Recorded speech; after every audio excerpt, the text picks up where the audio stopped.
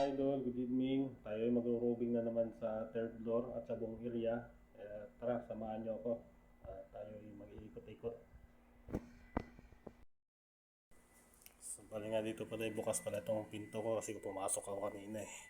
Ito nga pala yung first floor. Ito, unahin muna natin to dito. Ayan. Mapansin nyo, wala ng tao kasi nag-uwian na sila. At saka linggo po ngayon. Kaya walang pasok. Ako lang mag-isa ngayon dito.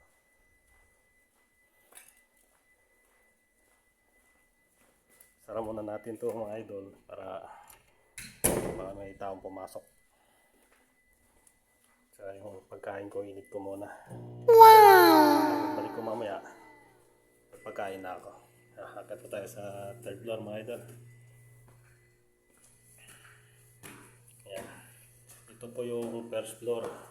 Second floor pala. Second floor. Sorry po. Ito yung second floor. Ito, silipin na po natin to. Hindi kasi ako pwedeng pumasok dito kasi ibang nag-office dito eh. Wala na, normal naman. So, tuloy po tayo sa third floor. Ayan. Nakabukas po kasi lagi itong pinto na ito eh.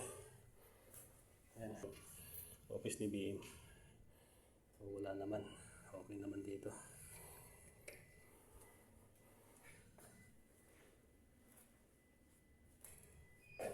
So, itong pintuan sa likod.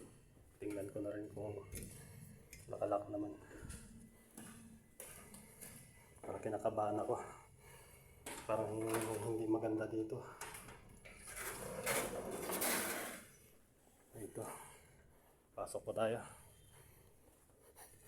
Baho. Pangil dito. Ayan po yung labas mga idol. Ayan. Nasa third floor po tayo. Ayan. Daming tao sa plaza. Ayan o. Daming tao.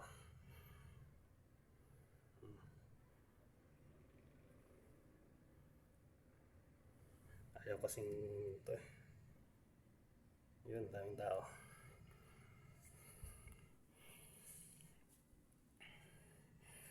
Ayan. Okay naman. Normal naman. Bukas ng pinto. So dito sa CR mga idol. Tingnan natin. Okay naman. Wala namang problema. So tayo dun sa sa control room. Saka muna natin to. Bukas eh. Dito ako dumaan kanina eh. Ito.